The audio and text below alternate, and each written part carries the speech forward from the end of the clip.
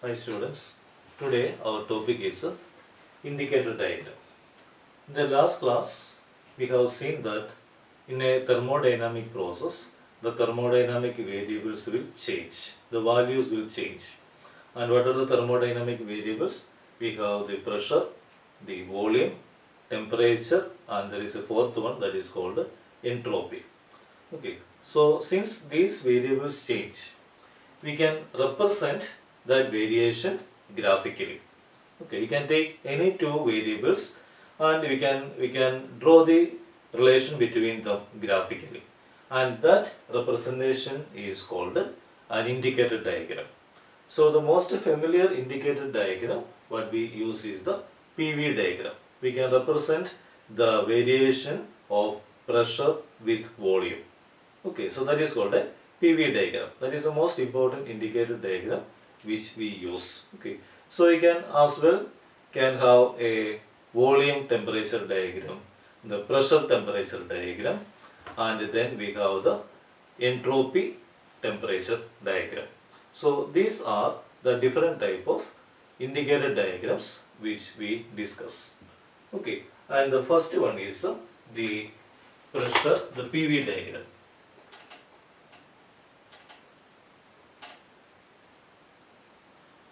So usually by the indicator diagram, we denote or we actually use that indicator diagram for this PV diagram. Okay, so that is the most important one. So we have the different processes, that is the isothermal process, the adiabatic process, isobaric process, and the isochoric process. Okay, so for all these four different type of processes, we can draw the PV diagram. Okay, and the first one is the isothermal process. So we can draw the graph like this. We can take the pressure along the vertical axis. That is called the, okay, so this is the pressure P, and on the horizontal axis we can take the volume. Okay, and see the graph will be like this. We have a curve like this. Okay, so it means that as the so this is the initial volume. So you can write it is V1, and this is the final volume, that is the V2. Correspondingly, we have the pressures as this is P1 and this pressure will be, that will be P2. Okay, so this is, it's a smooth curve actually.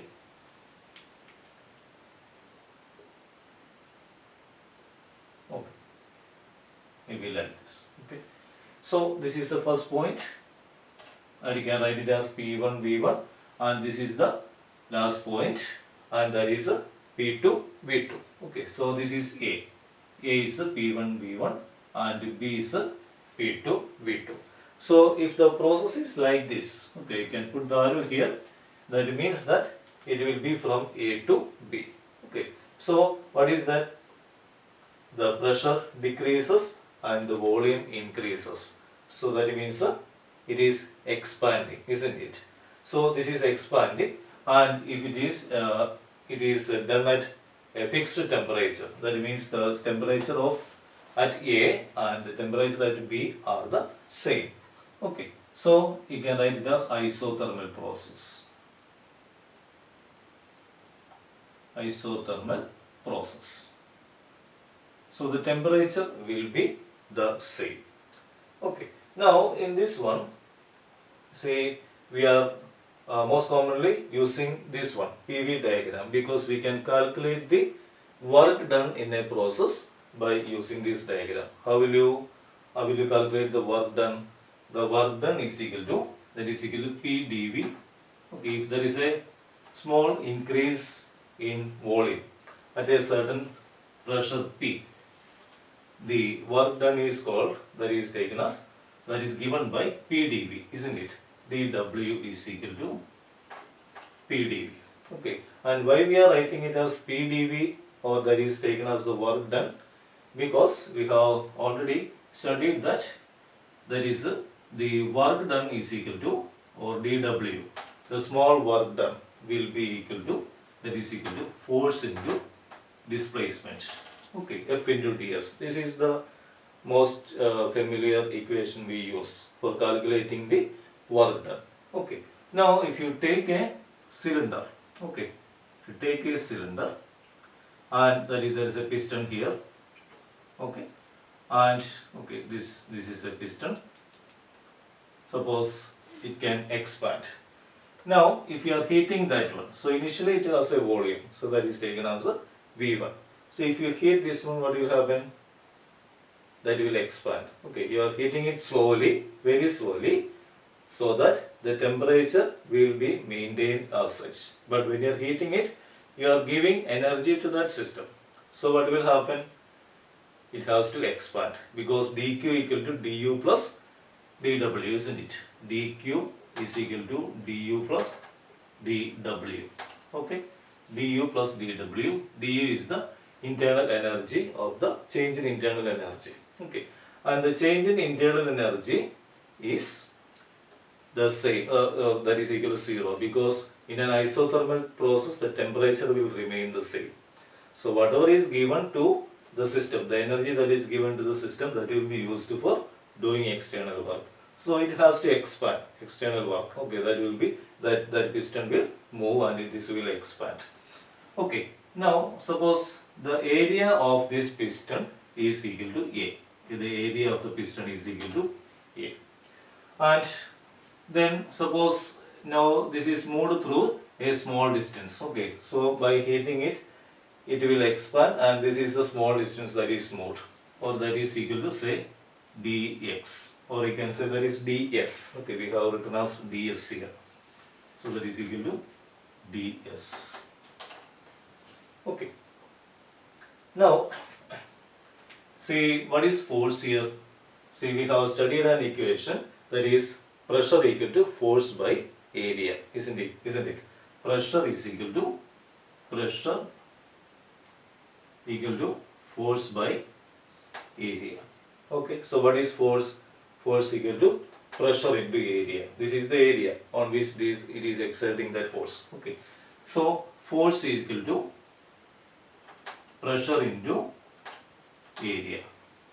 Okay, so you can write this dW equal to force into distance, that is equal to P into A into ds. Okay, so we can write dW equal to force is P into A into ds. Okay, into ds.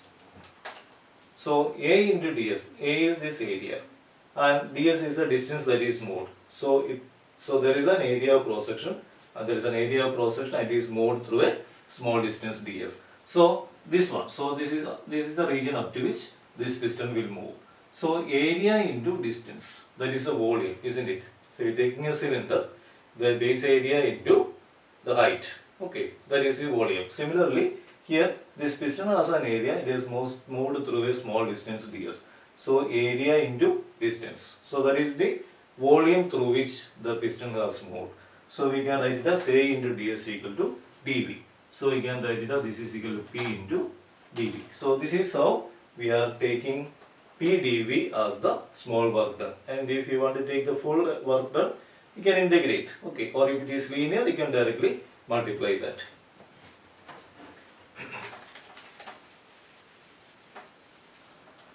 So we have see P dV. P into dV is the work done. So if we take the total, the product, that is P into dV, taken from the point A to B, that is called the integration. Okay, integration of P dV from the initial point to the final point. That will be the total work done during the process. So P dV is the work done. P is on the y-axis and V is on the x-axis. So P dV is the area under the graph AB. Okay, so this is the area. This much area is the, that will give you the work done. Okay, so this is the isothermal process. The temperature will remain the same both at A and B.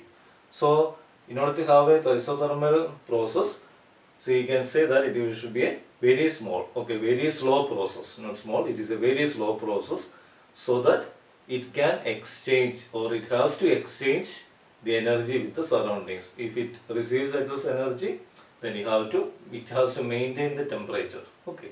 So it should be a very slow process.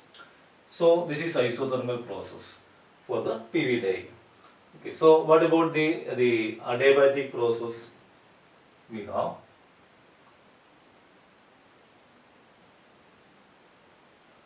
for adiabatic, again P on the vertical axis and volume along the horizontal axis. Okay, again you can see that, see if you compare these two, so you have the starting point A and we have the end point B.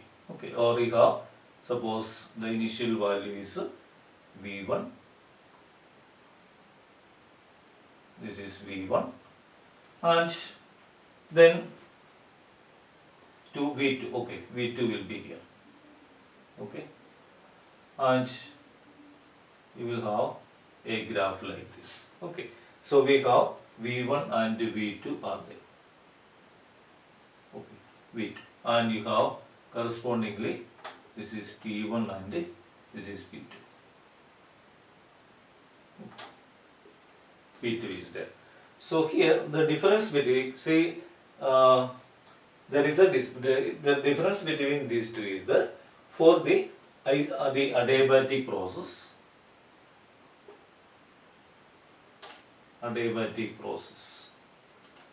you can see that this graph will be more steeper, isn't it? So that means when you compare these two, the slope of the graph for the adiabatic process will be more, or that means it is more steeper. Okay, so that is the difference between these two. So why it is more steeper, that we can see from the equation for an adiabatic process and the isothermal process. See, what is the slope here? This is P and this is V. Okay, so slope of a graph, if you are taking x and y axis, then dy by dx is called the slope, isn't it? Slope equal to dy by dx. And here what is the slope? dp by dv. Okay, so slope is equal to dp by dv. Okay, so you can compare the dp by dv for an isothermal and adiabatic process. See, we have the equation for the adiabatic isothermal process. What is the equation? Pv equal to a constant. Okay.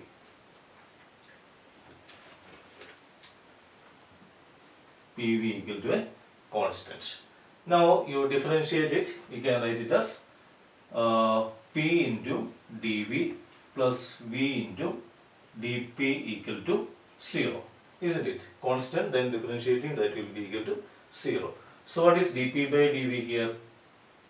dp by dv. So that is the slope, isn't it? So what is dp by dv? dp by dv is equal to minus P by V, isn't it? Okay. So that is equal to dp. You take this P dv to the left side, then it will be minus P dv. Then you take this dv to the left side, dp by dv is equal to minus P by V, isn't it? Now what about the adiabatic process? What is the slope? We have the equation P V raised to gamma equal to a constant. This is the equation for the adiabatic process. Take the differential, that is P into V raised to gamma. Differentiating, it is gamma into V raised to gamma minus 1, isn't it? This is gamma, okay. Gamma into V raised to gamma minus 1 plus V raised to gamma into dp is equal to 0. Okay. Now you take this one to the right side, or against, okay. So this will be V raised to gamma dp is equal to minus P into gamma into V raised to gamma minus 1. Okay. So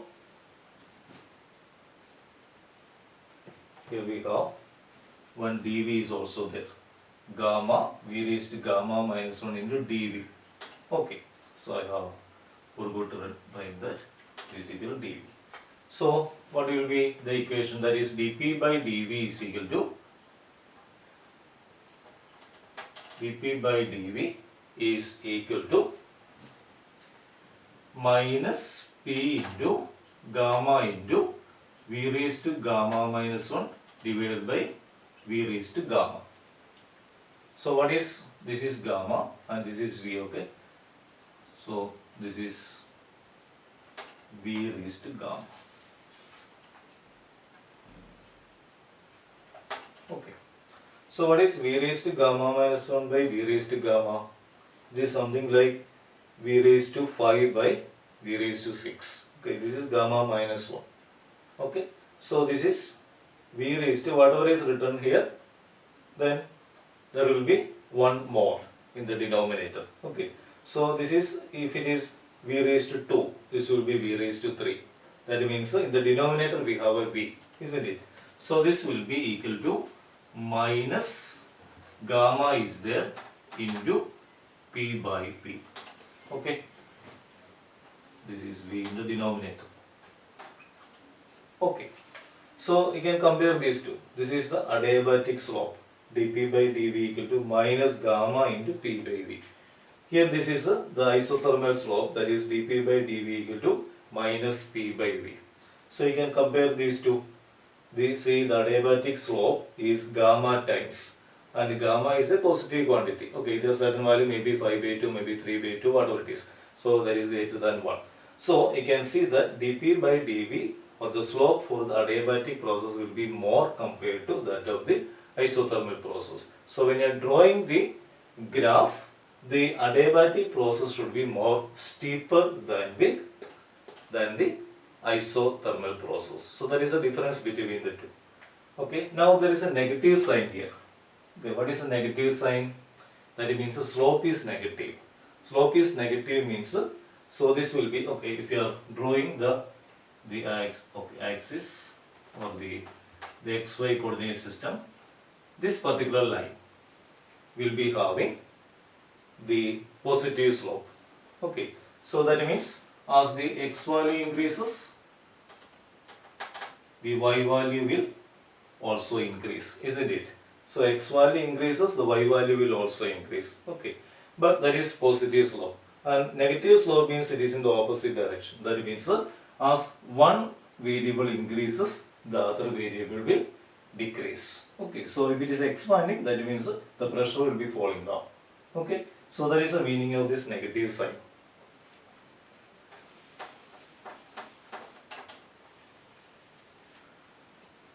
Okay, now see, the next one is the isobaric process. Okay, you have the isothermal process and we have seen the indicated diagram. The adiabatic process, we have seen the indicated diagram, and then next one is the isobaric process. So for isobaric process, we can again draw the lines like this, that is V and P. Okay, what is isobaric process? Isobaric process means that there is no change in the pressure of the system. Isobaric. So when you are, so you have, suppose the initial volume is V1. This is V1. Isobaric means pressure will not change. That means the line will be a straight line. The pressure will be the same, and we have the second, the volume will be V2. Okay. So when you, okay, so this is, so you can have the pressure will be the same. Okay, for the first position and the second position. Okay, the pressure will be the same. You have a straight line. So this is more easier to calculate. Here we can calculate that work done more easily because it is like a rectangle. Okay, so you can directly calculate P into V2 minus V1. So that is the indicated diagram for the isobaric process. Isobaric isobaric process. Okay. So here, so what is the slope of the graph? Here we have seen that the slope is equal to minus p by v, and here the slope is minus gamma into p by v, and here what about the slope? dp by dv, that is equal to 0 because p is the same. So we can say dp is equal to 0 because during the process there is no change in the pressure of the system. So we have dp equal to 0 means that the slope is equal to 0. Okay. Now the next one is the isochoric process. So we can draw the next one.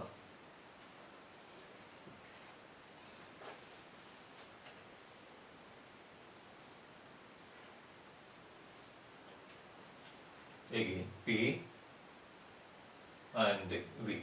Okay. So what about the isochoric process? For the isochoric process, the volume will remain constant. Okay. So that means during the process, V will not change. So that means when you draw the diagram, that will be a vertical line because the V should be the same. So it is something like this.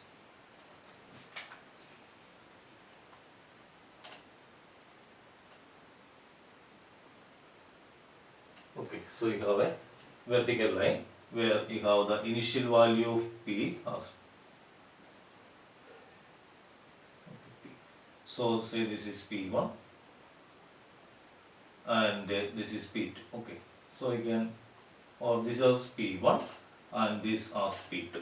Okay, so in that case you draw the arrow like this, P1 and P2. Okay, so that means the pressure is decreasing. Pressure is decreasing. That means okay, so there will be that will be happening at a constant volume. Okay, so at constant volume, if the pressure decreases, the temperature of the system will decrease, isn't it?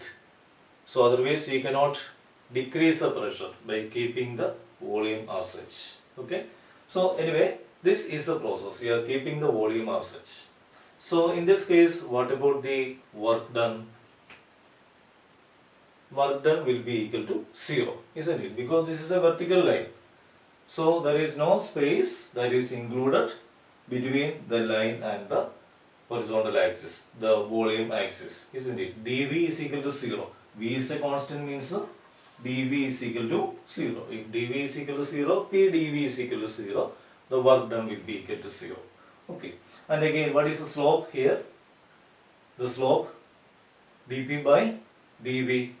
dV equal to 0. Slope is equal to dP by dV. dP by dV. And here dV is equal to 0. That means the denominator equal to 0. That tends to 0. So in this case, the slope of the graph will be infinity.